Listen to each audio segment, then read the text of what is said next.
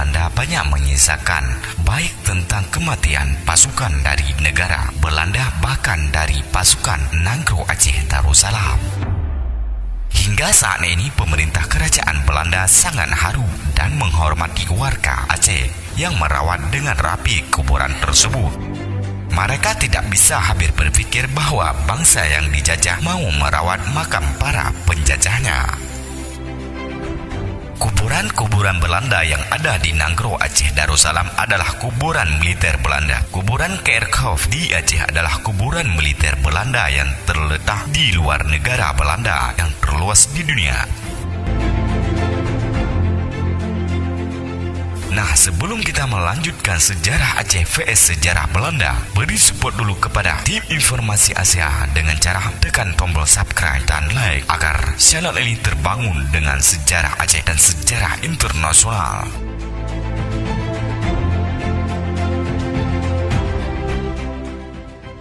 Dalam sejarah Belanda, Perang Aceh merupakan perang yang paling pahit yang melebihi pahitnya pengalaman mereka pada saat Perang Nalpolu. Sebaliknya, terhitung banyak rakyat Aceh yang tewas dalam mempertahankan setiap jengkal tanah airnya yang tidak diketahui di mana kuburannya. Namun, kondisi ini sangat miris dan sangat menyayangkan di hati ketika masyarakat Aceh mulai lupa dengan identitas diri bangsa Aceh. Sejarah Aceh memiliki peradaban yang tinggi, nuansa seni yang indah. Aceh masa lalu saat kerajaan Aceh di bawah kepemimpinan Sultan Iskandar Muda memang pernah menjadi salah satu kerajaan dengan peradaban Islam terbesar di dunia. Kerajaan Aceh menjadi kerajaan kelima dengan peradaban Islam terbesar pada masa Umayyah di Turki. Hal itu diungkapkan oleh salah satu peneliti sejarah Islam di Aceh.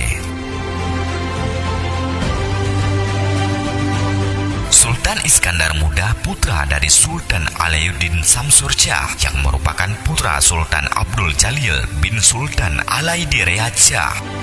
Sultan Iskandar Muda memberikan tahta baru dalam kerajaan Aceh masa lalu itu. Beliau mengangkat kepemimpinan adat untuk tiap suku dan menyusun tata negara sekaligus kanun yang menjadi tuntunan penyelenggaraan kerajaan dan hubungan antara raja dan rakyat. Selama 30 tahun masa pemerintahnya pada tahun 1606 dan 1636, Sultan Iskandar Muda telah membawa kerajaan Aceh Darussalam dalam kerajaan yang sangat luar biasa.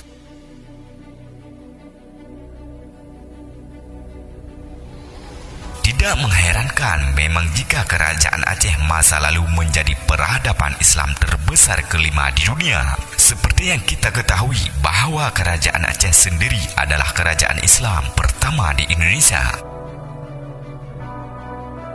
Hal ini berdasarkan berita dari Marco Polo yang menyebutkan bahwa pada saat persinggahannya di Pasai tahun 609 Hijriah dan 1292, telah banyak orang Arab yang menyebarkan Islam di Aceh. Maka Aceh dijuluki sebagai Serambi Mekah.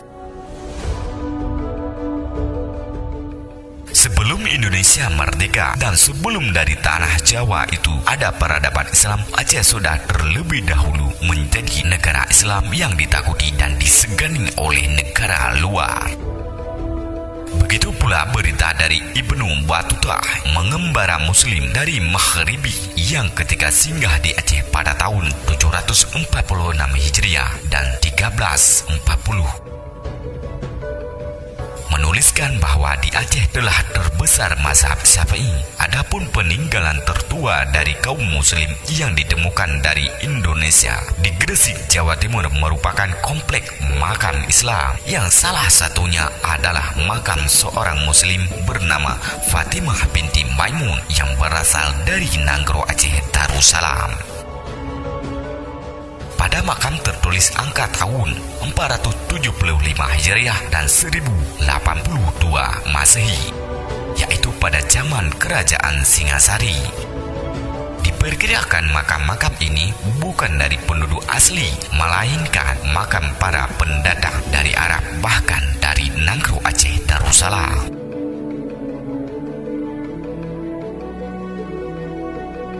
Peradaban Islam di masa awal dihadapkan persaingan dengan peradaban Romawi dan Persia.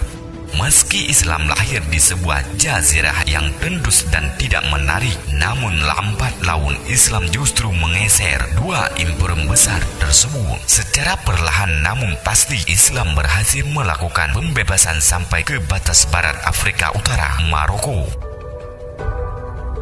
dan kemudian bergerak ke utara sampai ke Spanyol.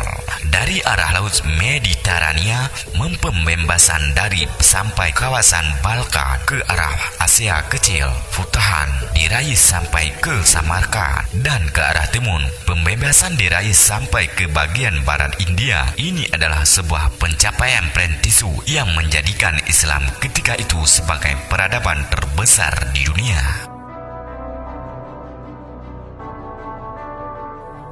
Sampai sekarang ini masyarakat Aceh melakukan mazhab Syafi'i. Bahkan jika ada mazhab lainnya yang mau masuk ke Aceh, itu harus dengan hati-hati karena di Aceh mazhab Syafi'inya sangatlah kental.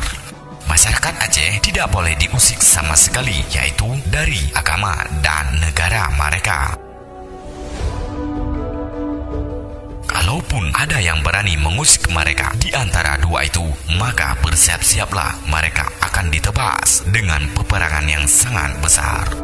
Belanda pernah berperang dengan Aceh 300 tahun, namun Aceh tidak bisa ditaklukkan dengan sempurna karena masyarakat Aceh berperang dengan teliti dan siap mati kapan saja atas demi bangsa dan agama mereka.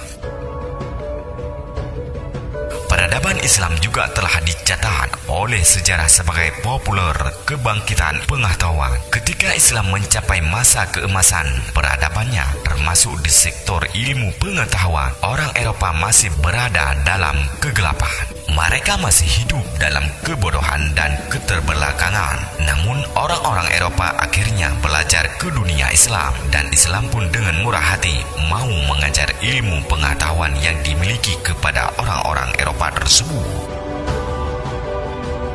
Orang-orang Eropa yang belajar kepada Islam inilah yang kemudian menjadi para perintis dan pelapor memicunya renasional dan kemudian renovasi industri di Eropa.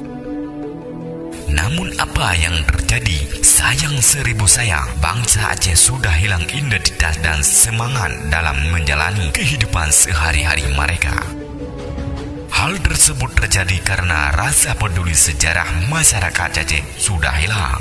Ditambah lagi dengan sikap pemerintah acuh tak acuh mengawal sejarah Aceh yang terkesan setengah hati. Malah pemerintah Aceh kini terkesan melupakan sejarah Aceh. Bahkan mereka mengejar mengalokasikan dana untuk pemugaran makam penjajah Belanda tersebut. Dengan demikian timbul pertanyaan, apa kerajaan BPCB dan apa peran Dinas Kebudayaan dan Perwisataan Aceh? Nah, dalam video ini saya sebagai putra daerah Aceh yang bertinggal di negeri orang sekarang ini, saya wajib menyampaikan kepada pemerintah Aceh agar pemerintah Aceh mau mengalokasikan dana untuk membangunkan sejarah Aceh yang telah tenggelam. Bahkan saat ini banyak masyarakat dan milenial Aceh yang sudah hilang identitas keacehan mereka. Apabila ini tidak dilakukan, maka siap-siap Aceh kehilangan identitasnya sampai nanti. Terima kasih telah mengikuti tim informasi Asia, dan jangan lewatkan video-video terbaru lainnya.